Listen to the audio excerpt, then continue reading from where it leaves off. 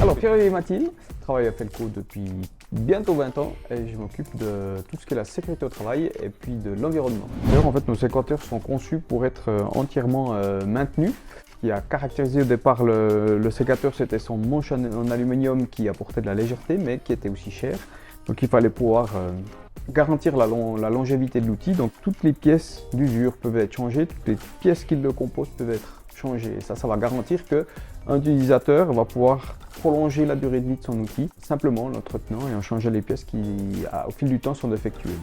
Alors les plus vieux outils qu'on peut retrouver en SAV, et des fois ils ont plus de 60 ans, on a toutes les pièces nécessaires en stock pour chacun de nos modèles. On peut encore, depuis le début, premier modèle, changer les pièces de tous les sécateurs qu'on a fabriqués. Lorsqu'on propose à nos utilisateurs pour pouvoir garantir une bonne durée de vie de leurs outils, c'est tout un système de vidéos sur notre site internet qui permet de voir comment l'entretien se passe d'un sécateur, quels sont les bons produits à adopter pour augmenter leur longévité, que ce soit au niveau du nettoyage, du graissage, de l'entretien et de la protection contre la route.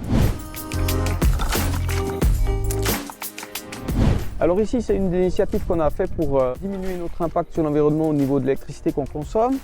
On voit qu'on a installé une centrale solaire sur le toit. Donc là, on produit à peu près 5% à l'année de notre électricité. Et le reste, on utilise de l'électricité d'origine renouvelable, surtout de l'hydraulique et du solaire. Alors ici, on voit notre système de récupération de l'eau d'usinage. Donc on a réduit depuis les années 90 la quantité d'eau qu'on a besoin pour fabriquer un sécateur. On est passé de 50 litres à 2 litres pour un sécateur.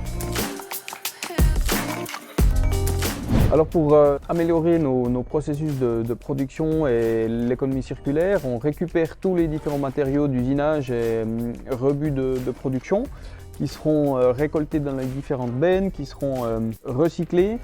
Et on a jusqu'à 95% de notre acier qui provient d'origine recyclable et jusqu'à 70% de l'alu d'origine renouvelable avec à peu près 30% qui vient de nos propres déchets pour l'aluminium avec la société Preta.